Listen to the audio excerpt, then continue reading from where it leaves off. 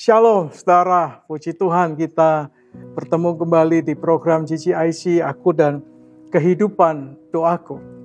Kita akan lanjutkan apa yang sudah kita pelajari minggu yang lalu berkenaan dengan jaminan doa dan bagaimana kita berseru kepada Tuhan. Saudara, berbicara tentang mencari Tuhan dan berseru kepada Tuhan, maka mereka yang mencari Tuhan dan berseru kepada Tuhan itu diekspresikan dalam berbagai macam ekspresi. Saya tunjukkan beberapa hal, saudara. Bagaimana Alkitab mengungkapkan itu kepada kita. Ada beberapa contoh yang Alkitab tunjukkan kepada kita.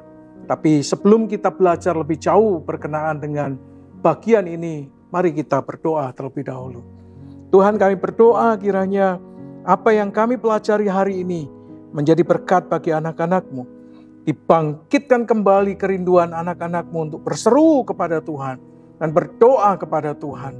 Bangkitkan kembali kegirangan, kerinduan hati anak-anak-Mu untuk memiliki kehidupan doa yang lebih baik lagi. Di dalam nama Tuhan Yesus kami berdoa. Amin. Yang pertama, saudara, Alkitab berkata demikian di dalam Keluaran pasal 2 ayat yang ke-23 dan 24. Lama sesudah itu matilah Raja Mesir, tetapi orang Israel masih mengeluh karena perbudakan. Dan mereka berseru-seru sehingga teriak mereka minta tolong karena perbudakan itu sampai kepada Allah. Bangsa Israel berseru-seru kepada Allah di tengah-tengah penindasan yang dilakukan oleh bangsa Mesir kepada mereka. Allah mendengar mereka mengerang, lalu Ia mengingat kepada perjanjiannya dengan Abraham, Ishak dan Yakub. Maka Allah melihat orang Israel itu dan Allah memperhatikan mereka. Saudara, Alkitab berkata ketika orang Israel berada dalam perbudakan di Mesir, mereka berseru-seru, mereka berteriak, mereka mengerang kepada Tuhan. Dan mereka, erangan mereka, seruan mereka, teriakan mereka didengar oleh Tuhan. Dan Allah mengingat perjanjiannya kepada Abraham, Ishak dan Yakub. Jadi berseru kepada Tuhan, mengungkapkan apa yang di dalam hatinya, kerinduannya, memohon pertolongan kepada Tuhan, itu diungkapkan sedemikian rupa. Jadi artinya apa, saudara? Artinya saudara bisa mengekspresikan doa di tempat yang tersembunyi dengan berteriak di dalam hati. Tetapi saudara juga bisa mengekspresikan seruan saudara, teriakan saudara, erangan saudara kepada Tuhan. Sehingga Tuhan mengingat janjinya. Tuhan mengingat firman-Nya. Tuhan mengingat kita adalah anak-anak-Nya. Kalau saudara baca di dalam 1 Samuel pasal yang pertama, saudara, 1 Samuel pasal yang pertama, ayat yang ke-8, saudara. Di sana diceritakan tentang seorang perempuan yang bernama Hana. Hana ini adalah istri dari Elkana bin Yeroham. Yeroham bin Elihu bin Tohu bin Suf, seorang Efraim berasal dari Ramatam, Sofim. Saudara, istrinya bernama Hana, ia satu, berdoa terus-menerus. Dia berdoa terus-menerus. Dua, sambil menangis dan bernasar kepada Tuhan, meminta anak kepada Tuhan. Saudara, ekspresi doa yang dihadirkan oleh Hana berbeda. Dia berdoa terus-menerus dengan kata-kata yang sama, sertai dengan tangisan, dan kemudian disertai dengan nasar.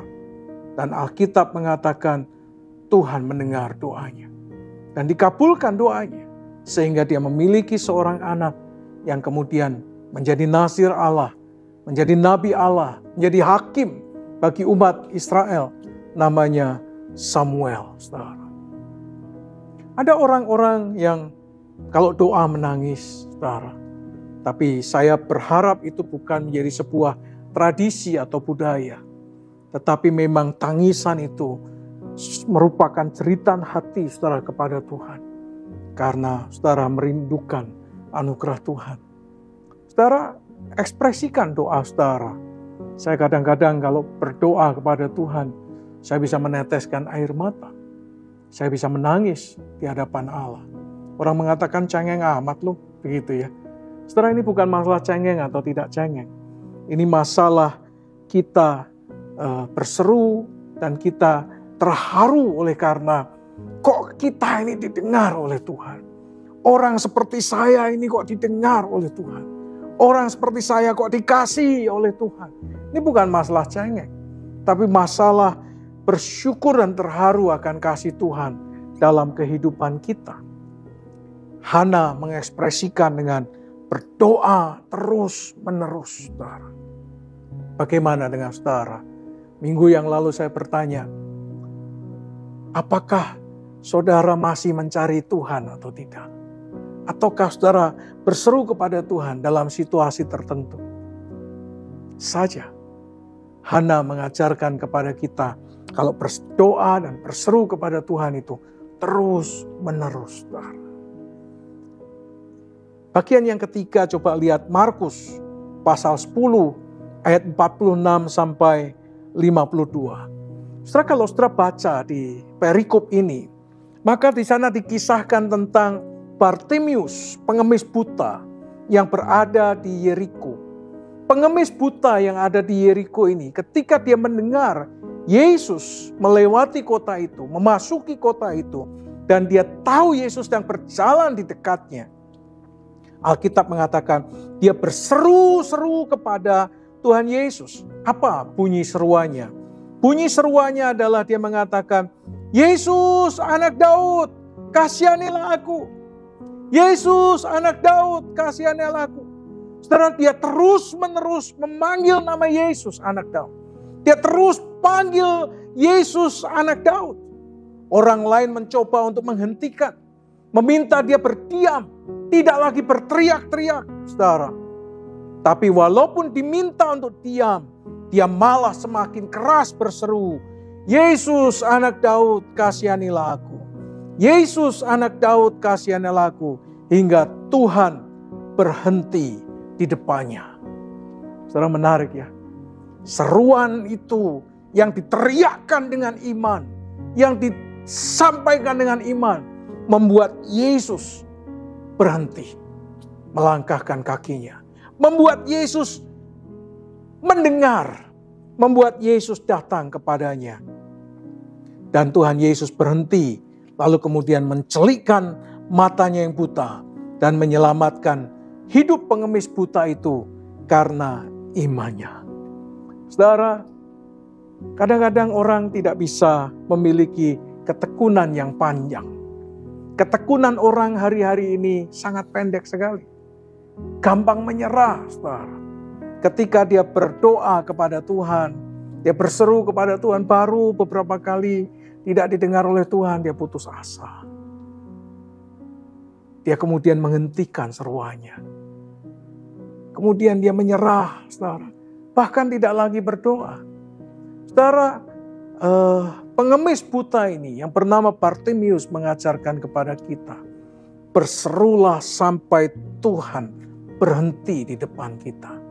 Berserulah sampai manifestasi kuasa Tuhan dinyatakan. Sampai yang buta itu melihat. Sampai saudara melihat bagaimana Tuhan mengerjakan, memanifestasikan kuasanya, mewujudkan kuasanya.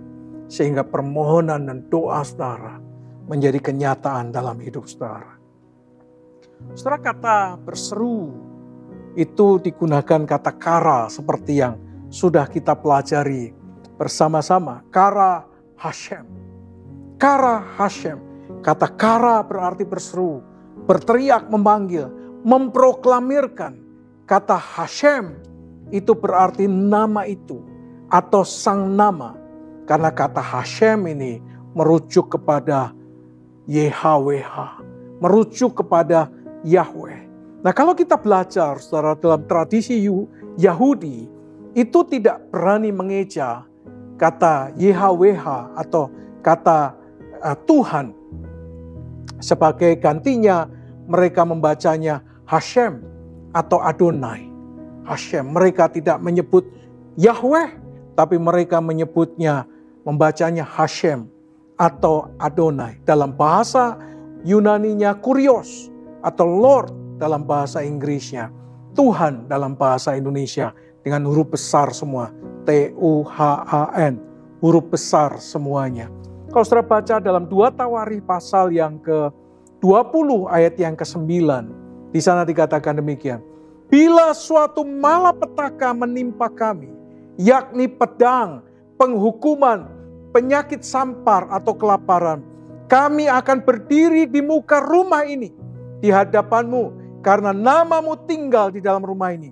Dan kami akan berseru kepadamu di dalam kesesakan kami, sampai engkau mendengar dan menyelamatkan kami. Saudara, ini firman Tuhan. Dikatakan bahwa namamu ada di sini. Kalau kami sedang ada dalam kesesakan, kami ada di dalam rumahmu, lalu kemudian berseru memanggil namamu di tempat ini, maka Tuhan akan mendengar dan menyelamatkan kami. Inilah keyakinan bangsa Israel ketika dia berseru kepada Sang Nama, ketika dia berteriak kepada Sang Nama. Seperti minggu yang lalu saya kasih contoh, orang-orang Korea itu kalau berdoa mereka berteriak, Cuyo, Tuhan Yesus, Tuhan dengarkan doa kami. Setelah di awal-awal sebelum pandemi, ketika orang masih bisa datang ke gereja, setiap kali saya ajak umat Tuhan berdoa, saya akan selalu berteriak mengatakan, Tuhan Yesus, Tuhan Yesus, Tuhan Yesus, dengar doa kami. Saya akan berteriak, memanggil Sang Nama. Karena kata Kara Hashem berarti berseru kepada nama itu. Berseru, berteriak kepada Sang Nama. Sehingga Tuhan mendengar. Dan Tuhan akan melepaskan kita dari kesesakan. Tuhan akan menyelamatkan kita dari setiap persoalan yang kita hadapi. Saudara, Alkitab mengatakan kepada kita dalam ketakutannya menghadapi Bani Amon dan Moab, serta orang-orang pegunungan Seir yang bersatu melawannya. Saudara bisa bayangkan ya, ada tentara-tentara koalisi Amon, Moab, dan orang-orang di pegunungan Seir. Mereka berkoalisi, mereka hendak berperang melawan Yosafat. Saudara, ketika di tengah-tengah tekanan seperti itu, ada ketakutan di dalam hati Yosafat. Di tengah-tengah ketakutannya, di tengah-tengah kegentarannya, dia mengambil keputusan untuk mencari wajah Tuhan, berpuasa, serta meminta pertolongan kepada Tuhan. Dia pergi ke rumah Tuhan dan berdiri di hadapan Tuhan, serta berseru kepada Tuhan. Apa seruannya, saudara? Dia terteriak kepada Tuhan. Lihat Sefanya 3 ayat 9. Sefanya 3 ayat 9 mengatakan, tetapi sesudah itu aku memberikan bibir lain kepada bangsa-bangsa, yakni bibir yang bersih, supaya sekaliannya mereka memanggil nama Tuhan Kara Hashem. Mereka berseru kepada Sang Nama. Mereka berteriak kepada nama itu, nama Yesus Kristus. Oleh karena itulah, saudara, seringkali saya mengatakan, kalau berdoa jangan lupa ditutup dalam nama Yesus Kristus. Panggil nama Yesus dalam setiap doa. Serukan namanya dalam setiap doa. Cuyo, Tuhan Yesus, dengar doa kami. Praktekkan, saudara. Maka saudara akan melihat manifestasi kuasa Tuhan yang ajaib di tengah-tengah saudara. Saudara berteriak kepada Tuhan, berseru kepada nama Tuhan. Saya kalau berdoa itu pagi, saudara. Ya, jam 2, Jam 3 kurang 10 menit saya sudah bangun. Dan kemudian jam 3 saya mulai masuk ke ruang doa. Maka saya mulai menyembah Tuhan. Saya memuji dan menyembah Tuhan. Kenapa saya lakukan di pagi hari, saudara? Kenapa? Saya berdoa di pagi hari bukan karena ini sesuatu yang istimewa, tidak. Tapi karena firman Tuhan sendiri. Alkitab mengatakan kepada kita bahwa Yesus pergi ke tempat yang sunyi. Atau pagi-pagi benar, Yesus berdoa. Bangun pagi-pagi benar. Dan dia bersekutu dengan Bapaknya. Kata pagi-pagi benar itu adalah jam di mana pergantian jaga malam.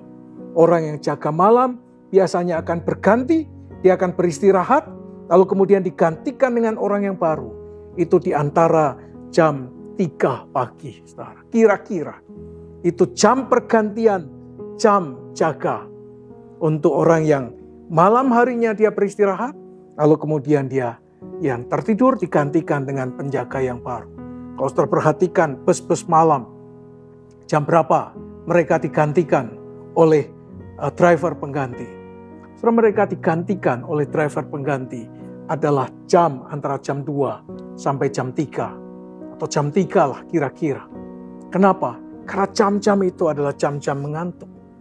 Dan mereka harus istirahat, digantikan dengan penjaga atau driver yang baru. Menariknya begini, saudara, firman Tuhan berkata, berkat Tuhan itu diturunkan pada waktu tidur bahkan. Kita diberkati bahkan ketika kita tidur. Saudara bisa bayangkan begini ya. Ketika kita tidur, berkat Tuhan itu diturunkan. Tapi kalau kita bangun, kita berseru, kita berdoa, kala berkat Tuhan diturunkan. Wow, ini luar biasa. Oleh karena itulah saya memilih untuk bangun pagi dan berdoa di pagi hari. Ketika Tuhan sedang menurunkan berkat-Nya, saya tidak menikmatinya sambil tidur. Saya menikmatinya di dalam doa. Saya nikmati dalam persekutuan dengan Tuhan. Kala berkat itu diturunkan. Wah, luar biasa bukan? Oleh karena itu saya dorong saudara untuk bangun pagi-pagi. Kala berkat Tuhan diturunkan, saudara bisa berdoa kepada Tuhan. Saudara bisa berseru kepada Tuhan. Saudara mengambil keputusan untuk mencari wajah Tuhan dan berseru memanggil namanya pada waktu mengalami kesesakan adalah hal yang paling tepat untuk dilakukan oleh segenap umat Tuhan. Tetapi saudara, memanggil nama Tuhan dan berseru kepadanya sebelum kita mengalami kesesakan adalah tindakan yang jauh lebih baik. Mazmur 99 ayat 6 mengatakan, Musa dan Harun di antara imam-imamnya dan Samuel di antara orang-orang menyerukan namanya. Mereka berseru kepada Tuhan dan ia menjawab mereka. Ini luar biasa. Tuhan mendengar doa mereka, Tuhan mendengar seruan mereka bahkan jauh sebelum kesesakan terjadi. Seperti yang saya katakan, berdoalah ketika berkat itu sedang diturunkan. Jangan nikmati berkat Tuhan sambil tidur. Tapi terimalah berkat yang sedang Tuhan turunkan. Pada saat orang tidur, perpindahan jaga malam, saudara berseru kepada Tuhan. Dan nikmati anugerahnya. Amin. Amin. Tutup Alkitab saudara. Mari kita berdoa kepada Tuhan. Saya berdoa ini akan menjadi sesuatu yang membuat kita bergairah dengan doa-doa kita kepada Tuhan. Amin. Amin. Bapa di surga, hamba berdoa, bangkitkan kembali di antara kami orang-orang yang rindu membangun, berdiri di rumah Tuhan untuk berdoa kepada Tuhan, mencari wajah Tuhan, berseru memanggil Sang Nama. Bahkan ketika pada saat berkat diturunkan di tengah malam, mereka berjaga untuk menikmati berkat Tuhan. Mereka berjaga-jaga sementara orang lain tidur, tapi mereka berjaga-jaga menikmati anugerah Tuhan. Ya Tuhan, kiranya ketika anak-anak-Mu mulai memanggil, berseru memanggil nama-Mu, memanggil Sang Nama, Tuhan Yesus. Demikianlah kiranya seperti Bartimius, Engkau berdiri di depan mereka, Engkau melawat mereka, Engkau menjamah mereka, Engkau memanifestasikan kuasa-Mu kepada mereka, sehingga mereka mengalami mujizat Tuhan. Kami serahkan bangsa dan negara kami Indonesia. Lawat negeri kami ya Tuhan, supaya bangsa ini mengalami lawatan Tuhan. Kami menyerahkan gereja-gereja, sehingga kehadiran gereja-gereja di Indonesia ini menjadi berkat dan nama Tuhan boleh dipermuliakan. Kehadiran gereja tidak menjadi sandungan, tapi sungguh kehadirannya membawa dampak yang positif bagi Indonesia, sehingga Indonesia mengalami anugerah Tuhan yang sempurna. Terima kasih Tuhan, kami bersyukur untuk semua keajaiban, untuk semua manifestasi kuasa-Mu. Tuhan, kami mau berseru sebelum kesesakan datang, dan kami pun mau melihat keajaiban Tuhan dinyatakan dalam kehidupan kami. Terima kasih Tuhan, kami bersyukur di dalam nama Tuhan Yesus Kristus. Biarlah keajaiban demi keajaiban Tuhan manifestasikan kepada anak-anak-Mu yang mulai memanggil Sang Nama, yang mulai berseru kepada nama Yesus Kristus. Mereka akan diselamatkan.